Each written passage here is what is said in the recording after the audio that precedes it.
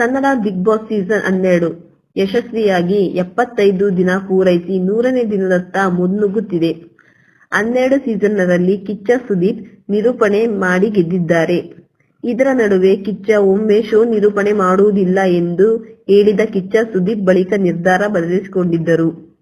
ಕಿಚ್ಚ ಸುದೀಪ್ ನಿರೂಪಣೆಗೆ ಕರ್ನಾಟಕದಲ್ಲಿ ಅತಿ ದೊಡ್ಡ ಅಭಿಮಾನಿ ಬಳಗವಿದೆ.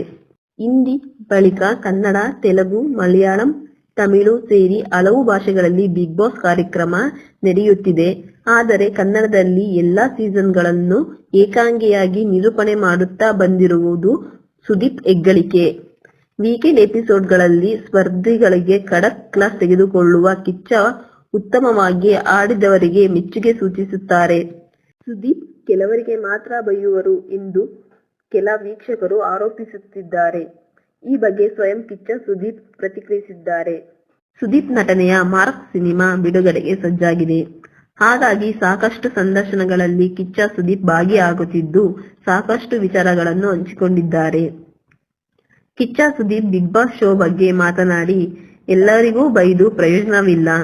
ಚೆನ್ನಾಗಿ ಆಡುವವರು ಫಿನಾಲೆವರೆಗೂ ಹೋಗಬೇಕಾದವರು ತಪ್ಪು ಮಾಡಿದಾಗ ತಿಳಿ ಹೇಳಿ ತಿದ್ದಬೇಕು. ಅದನ್ನೇ ನಾನು ಮಾಡುತ್ತಿದ್ದೇನೆ ಎಂದು ಹೇಳಿದ್ದಾರೆ. ಕೆಲವರು ಹೇಳುತ್ತಾರೆ, ಸುದೀಪ್ ತುಂಬಾ ಗರಂ ಆಗಿಬಿಟ್ರು, ಬೈದ್ಬಿಟ್ರು ಅಂತಾರೆ.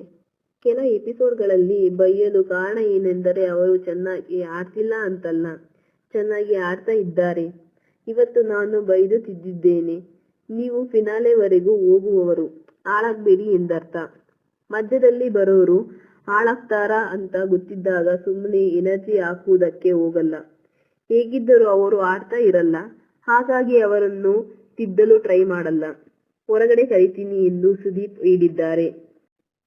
ಫಿನಾಲೆಗೆ ಹೋಗುವಂತವರು ಅರ್ಧದಲ್ಲೇ ಹೊರ ಬಂದಿದ್ದಾರೆ, ಅಂತವರನ್ನು ತಿದ್ದಬೇಕು. ಬೇಸರಗೊಂಡರೂ ಪರವಾಗಿಲ್ಲ, ಅಂತವರಿಗೆ ಬೈತೀನಿ ಎಂದು ಸುದೀಪ್ ಹೇಳಿದ್ದಾರೆ. ಆಗ ಕೆಲವರು ಅಂದುಕೊಳ್ಳಬಹುದು, ಅವರಿಗೆ ಬೈಯಲಿಲ್ಲ, ಇವರಿಗೆ ಯಾಕೆ ಬೈದ್ರು ಅಂತ. ಕಾರಣ ಇರುತ್ತೆ. ಎಷ್ಟು ವರ್ಷ ಕಾರ್ಯಕ್ರಮ ನಡೆಸಬೇಕು ಅಂದ್ರೆ ಏನೋ ಕಾರಣ ಇರಬೇಕು. ಕೆಲವೊಮ್ಮೆ ಆಗುತ್ತದೆ. ನಾನು ವೇದಿಕೆ ಇರುವ ಮುನ್ನ ಎಲ್ಲರಿಗೂ ಹೇಳ್ತೀನಿ, ನನಗೆ ಮೂಡ್ ಔಟ್ ಮಾಡಬೇಡಿ. ಆ ಕೋಪವನ್ನು ಸ್ಪರ್ಧಿಗಳ ಮೇಲೆ ತೋರಿಸ್ತೀನಿ, ಸುಮ್ನೆ ಕಷ್ಟ ಆಗ್ಬಿಡುತ್ತೆ ಎಂದು ವಿವರಣೆ ನೀಡಿದ್ದಾರೆ. ಬರ್ತಾ ಬರ್ತಾ ವೀಕ್ಷಕರು ಬಿಗ್ ಬಾಸ್ ಶೋ ನಮ್ಮದು ಎಂದು ಭಾವಿಸಲು ಆರಂಭಿಸಿದ್ದಾರೆ. ಒಳ್ಳೆಯದಾಗಲಿ ಎಂದು ಸುದೀಪ್ ಅಭಿಪ್ರಾಯ ವ್ಯಕ್ತಪಡಿಸಿದ್ದಾರೆ.